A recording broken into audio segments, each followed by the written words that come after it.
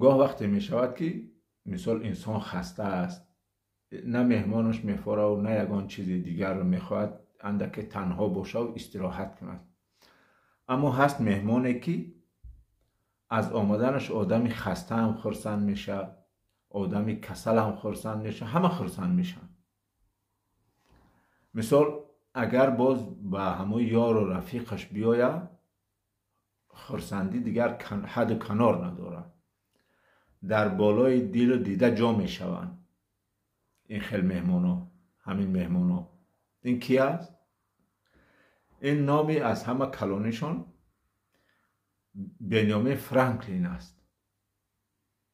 مثال یار و رفیقش اولیس گرانت است، اندرو جکسون است و ابراهام لینکلن است.